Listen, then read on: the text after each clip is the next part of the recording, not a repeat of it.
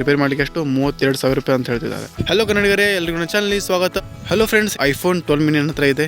ಈ iPhone 12 mini ತೊಗೊಂಡು 2 ವರ್ಷ ಆಯ್ತು ಫ್ರೆಂಡ್ಸ್. ಇವಾಗ ಇಲ್ಲಿ ನೋಡ್ಬೋದು, ಇಲ್ಲಿಂದ ಮೇಲಿನ ವ್ಯವಸ್ಥೆನೆ. ಇಲ್ಲಿ ಫ್ಲೈಟ್ ಮೋಡ್ ತೆಗಿತೇನೆ.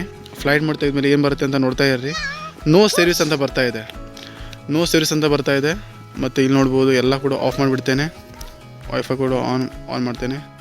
ಇವಾಗ ನೋ ಸರ್ವಿಸ್ ಅಂತ ಬರ್ತಾ ಇದೆ, ನೋಡ್ತಾ ಇದ್ದೀರಲ್ಲ. ಏನು ಕೂಡ ಸರ್ವಿಸ್ ಬರ್ತಾ ಇಲ್ಲ. ಇವಾಗ ಇಲ್ಲಿ ನಾನು ಸಿಮ್ ಎಲ್ಲ ತೆಗೆದಿದ್ದೇನೆ ಇದರಲ್ಲಿ, ಯಾಕಂದರೆ ಇದರಲ್ಲಿ ಸಿಮ್ಮೇ ವರ್ಕ್ ಆಗೋದಿಲ್ಲ. ಈ ಥರ ಆಗಿಬಿಟ್ಟಿದೆ ಪರಿಸ್ಥಿತಿ ಇವಾಗ. ಇಲ್ಲಿ ನೋಡ್ಬೋದು ಮೊಬೈಲ್ ಡಾಟಾ ನೋ ನೆಟ್ವರ್ಕ್ ಅಂತ ಬರ್ತಾ ಇದೆ. ಇಲ್ಲಿ ನೋಡ್ಬೋದು ಈ ಥರ ಪ್ರಾಬ್ಲಮ್ಸ್ ಫೇಸ್ ಮಾಡ್ತಾ ಇದ್ದೇನೆ ನಾನು.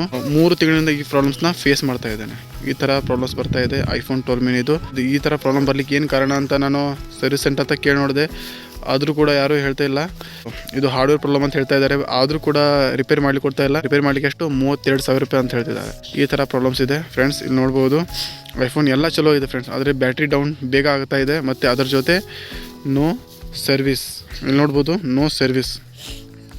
ಈ ಥರ ಪ್ರಾಬ್ಲಮ್ ಬರ್ತಾ ಇದೆ ಫ್ರೆಂಡ್ಸ್. ಇವಾಗ ಏನು ಮಾಡಬೇಕಂತ ನೀವು ಹೇಳಿ. ಈ ವಿಡಿಯೋನ ಜಾಸ್ತಿ ಶೇರ್ ಮಾಡಿ, ಯಾಕಂದರೆ ಗೊತ್ತಾಗಲಿ ಐಫೋನ್ದವರಿಗೆ ಈ ಥರ ಪ್ರಾಬ್ಲಮ್ ಬರ್ತಾ ಇದೆ ಅಂತ. ಮತ್ತು ಹೊಸ ಐಫೋನ್ ತೊಗೊಳ್ಳೋ ಥರ ಏನಾದರೂ ಜುಗಾಡ್ ಮಾಡಲಿ ಅಂತ. Okay, thank you for watching guys. ಹೋಗ್ತಾ ಇಷ್ಟ